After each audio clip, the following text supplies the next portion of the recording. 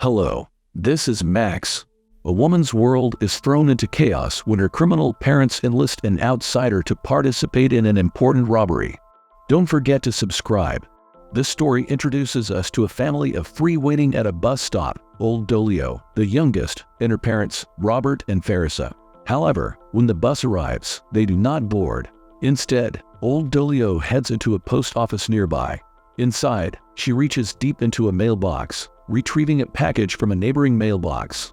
Back with her parents, they eagerly tear into the packages but find them filled with disappointment and junk, except for a tie that Robert believes to be valuable. Disheartened by their unsuccessful attempt to make some quick money, the family sets off on their journey to the next job. Their next scheme involves dressing Old Dolio as a schoolgirl and pretending to have found lost items belonging to a wealthy couple. Robert scolds her for returning empty-handed, but they discover that the parlor they're targeting is costly.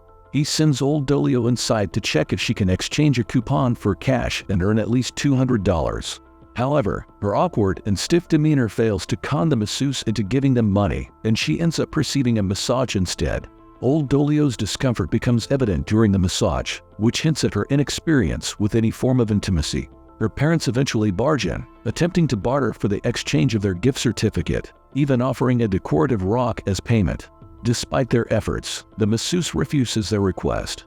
Following their failed attempts, they return to their unconventional home, which is a spare office next to a soap factory constantly leaking bubbly soap.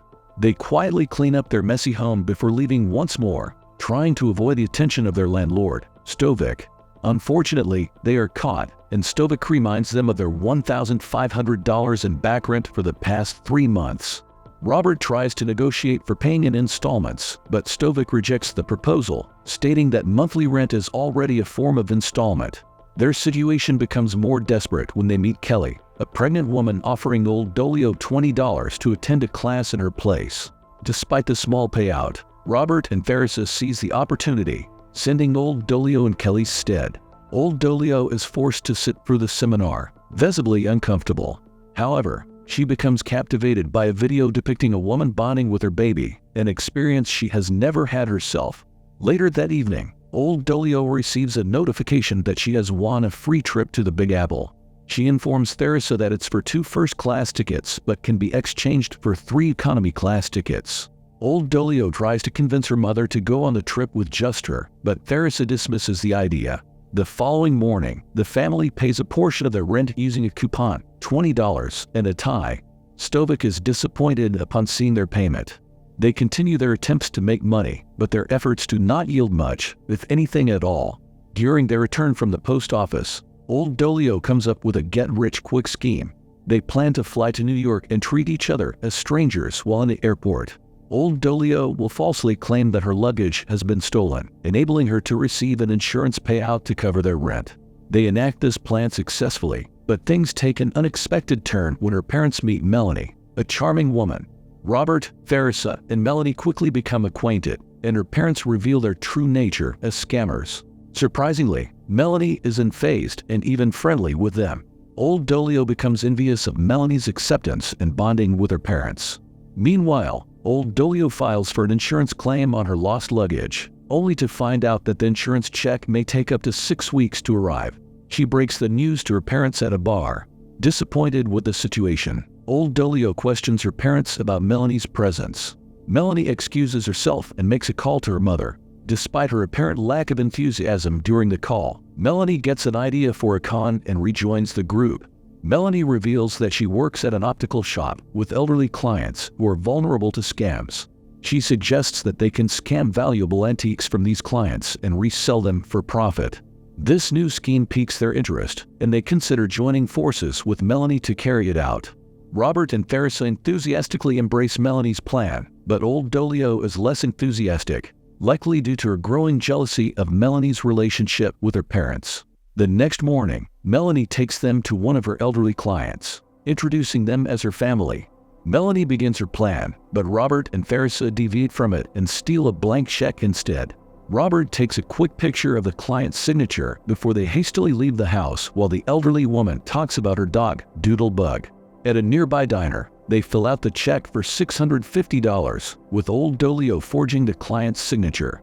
Robert proudly mentions that old Dolio learned how to forge before she learned to write. Melanie, uncomfortable with fraud and feeling conflicted due to her Puerto Rican heritage, tries to leave. Old Dolio stops Melanie, accidentally knocking off one of her fake nails. Melanie is annoyed but intrigued when old Dolio evens out her fake nails. They cash the check and, feeling like they have money to spare, immediately buy a hot tub. The family reunites with Melanie when she visits another client. Melanie explains that this client requested his glasses, which he hadn't picked up, be delivered to him.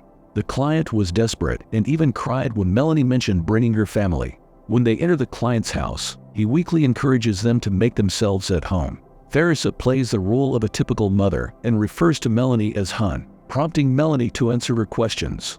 When Melanie asks Theresa about her day, Theresa responds that it's nice to be asked, but reveals that her day wasn't easy, mentioning that the refrigerator broke. Melanie seizes this opportunity to pretend that old Dolio is a repairman. Old Dolio, however, rebuffs Melanie's advances, stating that she's there to do a job. Old Dolio goes to the old man's room to retrieve his checkbook, where she finds him in a frail and weakened state. The old man requests to hear some piano music and the sound of clinking silverware. Old Dolio shares the man's request with the group and mentions that he's just waiting to die.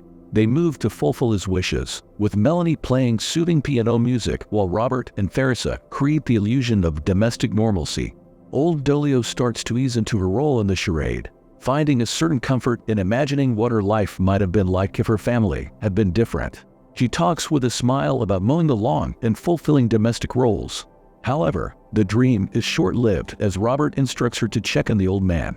When old Dolio enters the room, the frail man asks her not to do anything to the house, explaining that his kids have plans for it. Despite his deteriorating condition, he shares that his kids aren't bad, they are just busy.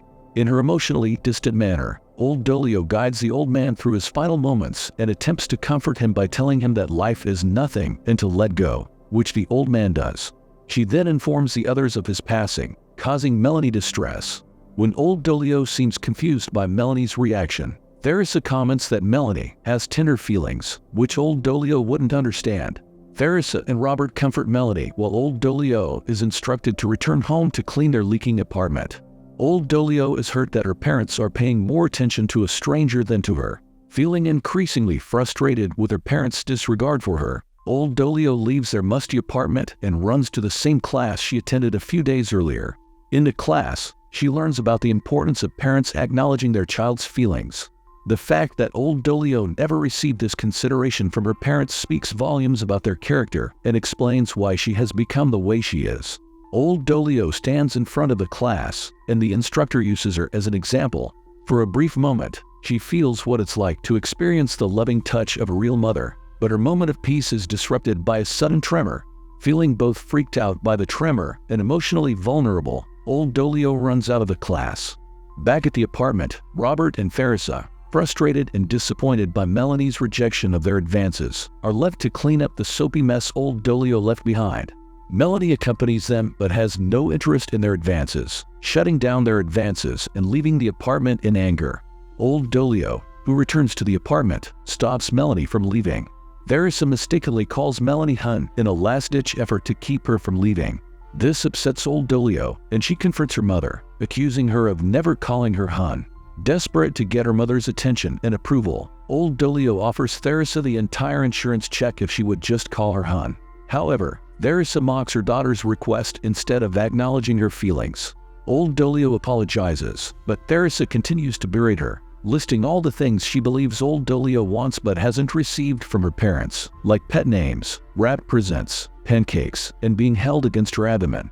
Old Dolio tries to explain that she doesn't want those things, but Theresa cuts her off, asserting that old Dolio wants her parents to be fake people. Old Dolio, on the verge of tears and desperate to make amends, hands over the check. Melanie, in a triumphant tone, declares that she'll call her Hun for $1,575. She takes old Dolio by the hand and leads her out of the apartment, encouraging her to keep walking and not look back. Melanie brings old Dolio to her own apartment and offers her a drink. Old Dolio is clearly uncomfortable and restless in Melanie's cozy space, yearning to return to her parents. Melanie realizes that old Dolio is experiencing withdrawal from her own family and questions her about any instances when they have acted like parents to her. Old Dolio struggles to come up with any meaningful examples and can only say that they split everything 3 ways. Feeling uneasy about Melanie's probing questions, old Dolio attempts to leave, but Melanie reminds her of their deal. After they cash the insurance check, Melanie asks old Dolio if she's really willing to give her the full $1,000 just for calling her hon. Confused and eager to please Melanie, old Dolio agrees. However, Melanie has other plans and insists on providing old Dolio with the full service of motherly affection that she has been missing out on. They begin by making pancakes together, checking off the first item on their list of motherly duties. After their breakfast of pancakes, Melanie and old Dolio proceed to the second item on their list, a belly crawl. They decide to recreate the experience of a newborn crawling out of a dark space and into Melanie's arms. They initially try doing this in a closet, but old Dolio suggests a darker room. Melanie takes her to a nearby gas station with a pitch-black bathroom for the belly crawl. Although old Dolio is uncomfortable at first, she eventually opens up and crawls into Melanie's arms. However, a powerful tremor suddenly strikes, making old Dolio think they might have died. She contemplates the futility of life and tells Melanie that she won't miss it, but Melanie might because she has a reason to live. This sound of a passing vehicle snaps old Dolio back to reality, and she sees the world with a newfound appreciation, experiencing everything as if for the first time. Her joy in life is reinvigorated by the experience, and they cross the second item off their list, moving on to mindless dancing. With soothing music in the background, old Dolio dances in her own unique way, hopping around the room. Melanie finds this endearing and watches old Dolio let loose. Their dancing session is interrupted when Robert and Parental unexpectedly send 17 gifts, each accompanied by a letter corresponding to a missed birthday. The 18th card serves as an invitation to old Dolio's 18th birthday celebration, organized by her parents. Old Dolio and Melanie assume it's another scam but decide to attend while hiding the insurance money. To their surprise, Robert and Parental are already at the restaurant when they arrive, and they have a surprisingly pleasant dinner together. After some formalities, Robert and Parental give old Dolio a necklace, referring to it as her 18th birthday present. They awkwardly sing happy birthday, but Robert breaks down crying and finally confesses to being terrible parents to old Dolio. Old Dolio starts crying too, and while she is slowly warming up to her parents again, Melanie remains reserved about them. Later that evening, Robert and Parental tuck old Dolio into bed before leaving Melanie's apartment. Melanie and old Dolio checked a compartment where they had stashed the insurance money. Melanie suggests that if her parents took the money, they must be monsters. Old Dolio counters that if they left her share, it means they still love her but only conditionally. The next morning, they are shocked to find Melanie's apartment completely empty after a burglary.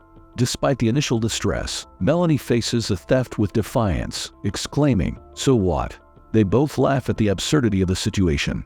During an intimate moment, old Dolio notices the gifts her parents gave her. Realizing that the gifts are refundable, they return them to the store and receive a total of $485.